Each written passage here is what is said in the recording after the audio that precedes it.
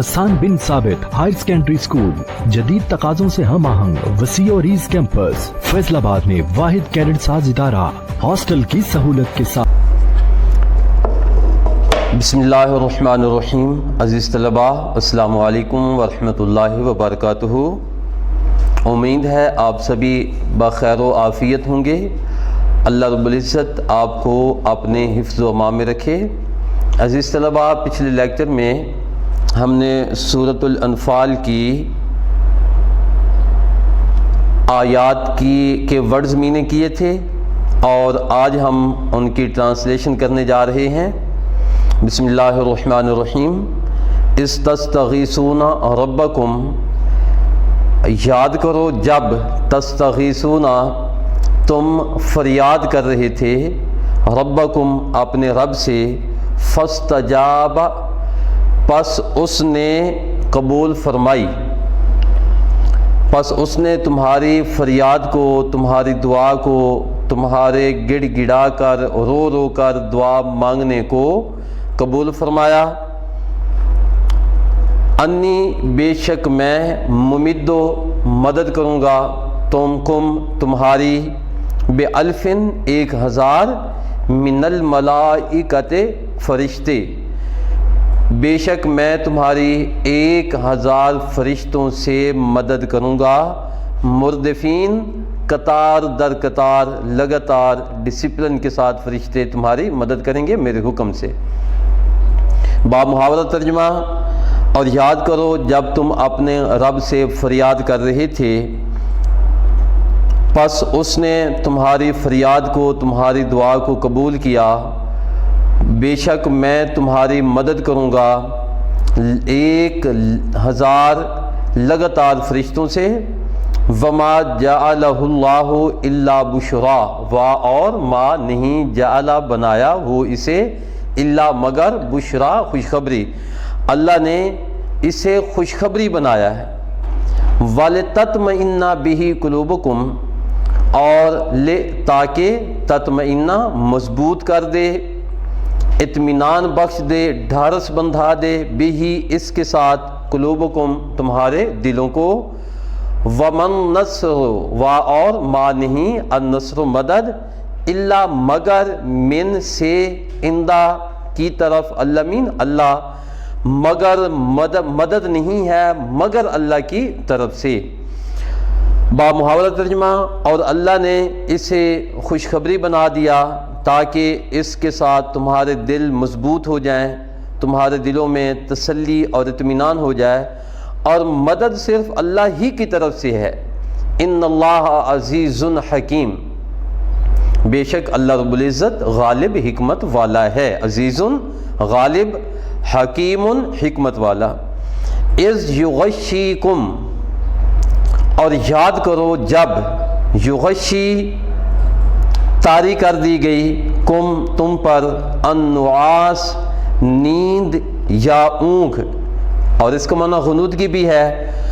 اور یاد کرو جب تم پر غنودگی یا نیند طاری فرما دی گئی، وَيُنَزِّلُ عَلَيْكُم مِّنَ السَّمَاءِ، اور نازل کیا، يُنَزِّلُ نازل کیا، عَلَىٰ پر، کم تم، علیکم تم پر، من سے، السماء آسمان، اور جب نازل کیا تم پر آسمان سے، ماءً پانی، لِيُطَهِّرَكُم، تاکہ وہ تمہیں پاک کر دے، صاف ستھرا کر دے، بھی اس کے ساتھ، یعنی بارش کے پانی کے ساتھ، وَيُذْهِبَ، اور دور فرما دے، عَنْكُم تم سے، رجزا ناپاکی، الشیطان شیطان کی، تاکہ تم سے شیطان کی نجاست کو دور کر دے، شیطان کے وسواس کو رفع فرما دے، وَلِيَرْبِطَ عَلَىٰ قُلُوبِكُمْ، اور تمہارے دلوں کو مضبوط کر دے،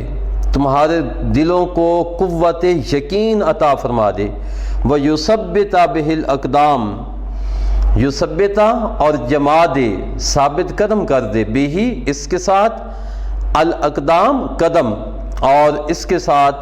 قدم ثابت فرما دے، قدم مضبوط کر دے یا ثابت قدم فرما دے۔ اس یاد کرو جب یوحی وہی فرماتا تھا ربو کا آپ کا رب الہ کی طرف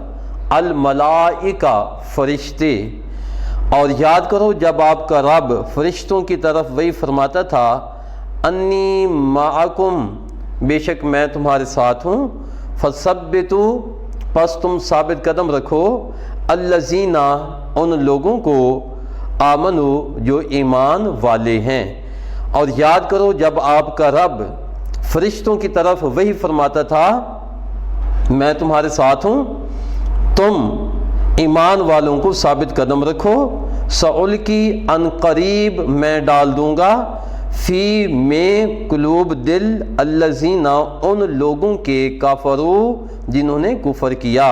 ان قریب میں کافروں کے دلوں میں ڈال دوں گا الرعب، رعب،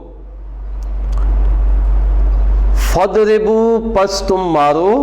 یعنی یہ فرشتوں کو حکم دیا جا رہا ہے، فوق الاعناق، گردنوں کے اوپر، پس تم گردنوں کے اوپر مارو، وَاضْرِبُوا مِنْهُمْ كُلَّ بَنَانٍ،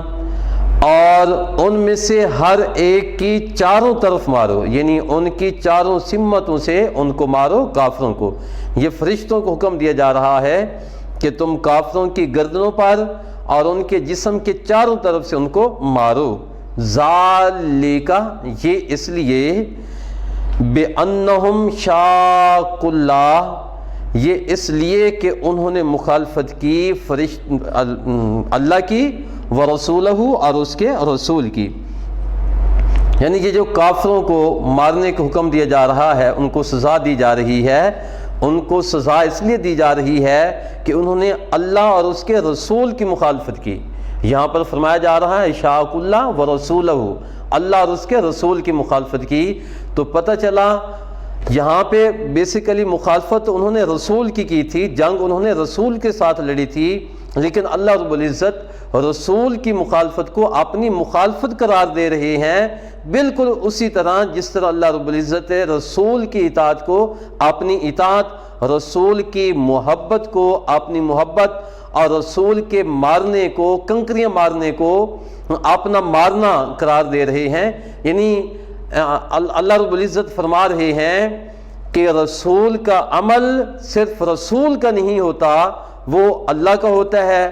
رسول کا قول صرف رسول کا نہیں ہوتا بلکہ وہ اللہ کا قول ہوتا ہے۔ تو انسانی سیرت دو چیزوں سے مل کر بنتی ہے، قول اور فعل سے۔ تو اللہ رب العزت نے قرآن پاک میں رسول کے فعل کو اپنا فعل قرار دیا ہے اور رسول کے قول کو اپنا قول قرار دیا ہے۔ تو یہاں پر بھی فرمایا جا رہا ہے انہوں نے مخالفت کی اللہ کی اور اس کے رسول کی، وَمَن يُشَاقِقِ اللَّهَ وَرَسُولَهُ، اور جو کوئی مخالفت کرتا ہے اللہ کی اور اس کے رسول کی، فَإِنَّ اللَّهَ شَدِيدُ الْعِقَابِ، پس بے شک اللہ سخت عذاب والا ہے۔ یعنی جو اللہ اور اس کے رسول کی مخالفت کرتا ہے وہ سن لے، ان کے لیے اللہ کا عذاب بہت سخت ہے۔ عزیز طلباء، ان آیات کے الفاظ معانی اور ترجمہ آپ لوگوں نے یاد کرنا ہے، اور میں پہلے بھی یہ کئی بار کہہ چکا ہوں اور ہر لیکچر میں تقریباً کہہ رہا ہوں کہ آپ نے ٹرانسلیشن کو رٹا نہیں لگانا، کسی بھی سبجیکٹ کو رٹنا نہیں چاہیے، کسی بھی لیسن کو رٹنا نہیں چاہیے بلکہ سمجھنا چاہیے، اس لیے کہ اللہ رب العزت نے قرآن پاک میں اور امام الانبیاء علیہ السلام نے حدیث میں جب بھی علم کی بات کی ہے تو علم پڑھنے کی بات نہیں کی بلکہ علم سیکھنے کی بات کی ہے۔ قرآن اور حدیث میں علم سیکھنے کے لیے جتنے بھی الفاظ استعمال ہوئے ہیں یا تو ان کا معنی سمجھنا ہے یا ان کا معنی سیکھنا ہے، اور انگلش میں بھی علم سیکھنے کے لیے لفظ ٹیچ آیا ہے یا سیکھ آیا ہے۔ تو اس لیے آپ نے رٹا نہیں لگانا بلکہ آپ نے اس کو اچھی طرح سمجھنا ہے اور یاد کرنا ہے۔ ٹرانسلیشن کے لیے ضروری ہے کہ طالب علم کو الفاظ معانی آنے چاہیے، ووکیبولری اچھی ہوگی تو آپ کی ٹرانسلیشن اچھی ہوگی۔ اللہ رب العزت ہم سب کو، ہمارے والدین کو، ہمارے رشتہ داروں اور پڑوسیوں کو اور سارے مسلمانوں کو اپنے حفظ و امان میں رکھے۔ السلام علیکم ورحمۃ اللہ وبرکاتہ۔